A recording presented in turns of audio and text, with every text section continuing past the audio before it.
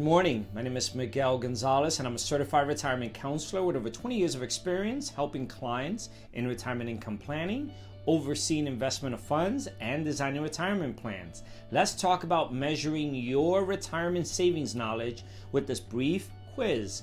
All you need to do is answer true or false. So let's see, how much do you really know about your employer-sponsored retirement savings plan? If you're like many people, you have many ideas about how your plan works that may or may not be entirely accurate. To gauge your knowledge, take this brief quiz. Are the following statements true or false? Number one, even though I'm young, I should still make saving for retirement a priority. True. Because of the power of compounding, your youth is actually one of the best reasons to start contributing now. Compounding is what happens when your plan contributions earn returns, and then those returns produce earnings themselves. Over time, the effect can be dramatic, and the younger you are, the more time you have to let compounding work for you. So even if you're struggling to balance rent and food with car loans and school loans, try to contribute even a small amount to your retirement savings plan on a regular basis. All right, next question. If I work 2 jobs, each with its own retirement savings plan, I could contribute twice the maximum limit on a pre-tax basis. This is false. The maximum amount that you could contribute to 401k, 403b, SAR/SEP plans in 2022 was $20,500 plus any catch-up contributions if you're age 50 and older, up from $19,500 in 2021. If you contribute more than one plan, you're generally responsible for making sure that you do not exceed these limits. If you do exceed the annual limits, you need to request a refund of the excess contribution amount or report the excess on your tax returns in both the year the contributions were made and the year they were withdrawn. If you're lucky enough to participate in a 457b plan as well as one of these plans listed above, you may be able to contribute a total of $41,000, $20,500 to each plan in 2022, plus each catch-up contribution if eligible. Next question. Once I join my plan, can I set it and forget it? This is false. Your plan decisions are not a one and done deal. Once you join your plan, determine your contribution amount and choose investments, you can feel confident that you've taken some smart first steps. However, any successful retirement savings strategy depends on regular reviews and periodic changes to keep up with your changing lifestyle. Next question. All the money in my retirement savings plan is mine to keep from day one. Well, this may be true or maybe not. Your own contributions to the plan and any earnings on those contributions are always yours to keep. However, contributions made by your employer as well as any associated earnings may be subject to a vesting schedule. Some plans allow you to become fully vested in your employer contributions immediately, while others require you to earn rights to the employer contributions over a period of time, up to a maximum of 6 years, or until you reach your plan's normal retirement age, whichever comes first. You can find details about your plan's vesting schedule in your plan highlights or summary plan description.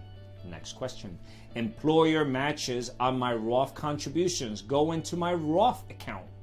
Well, this is false. Employer contributions always go into your pre-tax account, regardless of whether they match your pre-tax contribution or your Roth contributions. So any employer match on your Roth contributions and the earnings on those matching contributions will always be subject to income tax when distributed from the plan. However, you may be able to convert your employer's matching contributions to Roth contributions if your plan allows. If you do, they'll be subject to income tax in the year of the conversion. But a benefit of the conversion is that future qualified withdrawals of those contributions and associated earnings will be tax-free at the federal and possibly state level. Okay, next question. Because I contribute to my employer-sponsored retirement plan, I cannot contribute to an IRA. Well, that's false. Your contributions to your employer-sponsored retirement plan have no effect on your ability to open or contribute to either a Roth or traditional individual retirement account, IRA. However, or your spouse's participating in an employer-sponsored plan may affect your ability to deduct traditional IRA contributions on your tax returns, depending on your filing status and income. Roth IRA contributions are never tax deductible. Next question. A plan loan is always a good idea because you pay yourself back with interest. False. If your plan permits loans, they typically should be considered as a last resort. Although it is generally true that your loan repayments go back in your account, there are several negative consequences to consider. One is the money you borrow will not be working for your future. Any money you take out of your plan will diminish the compounding potential in your account. Second negative is you may not be able to save anything extra while paying back the loan. Because you will have a required loan payment, you may be tempted to decrease or suspend your contributions entirely until the loan is paid off. 3, the interest rate you pay could be lower than what you might be able to earn on the money that remains invested. Therefore, even though you're paying interest into your own account, you would be losing out on the additional earning potential. And 4, if you leave your job, the loan may need to be repaid in full by your tax return due date, including extensions. Alternatively, the loan could be considered a distribution, and you'll be up owning taxes and a possible 10% penalty on the outstanding taxable balance. And 5, a loan defeats the whole purpose of your choice to participate in an employer-sponsored savings plan in the first place. That choice is one of the best financial decisions you could make. So why derail what smart move? By taking money out of your account now. Well, when you're facing a financial need or even a crisis, a plan loan can seem tempting. However, after weighing the pros and cons carefully, you may conclude that a plan loan is not worth the long-term risk. This is one of the main reasons why financial professionals recommend having at least 3 to 6 months worth of living expenses set aside in an emergency savings account so you can stay on track in other areas of your financial life when an unexpected need hits.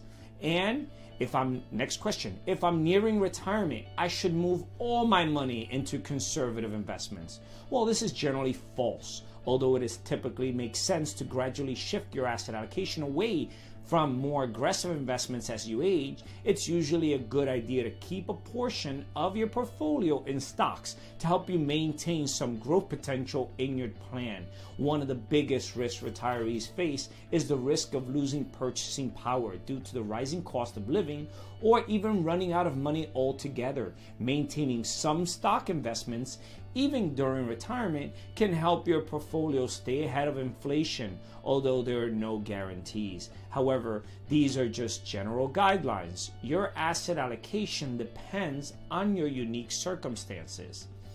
Another question. Fortunately, I don't need to be an expert.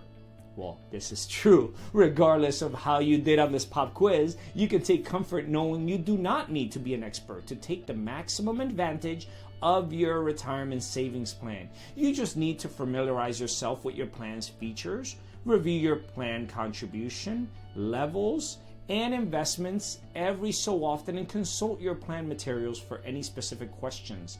In retirement plan investing, a little knowledge goes a long way. Once again, this is Miguel Gonzalez with Cortburg Retirement Advisors. Please take a moment to click the like icon, and don't forget to subscribe to my YouTube channel to receive a weekly video podcast every Monday morning. Thank you for watching, and I will see you all next week.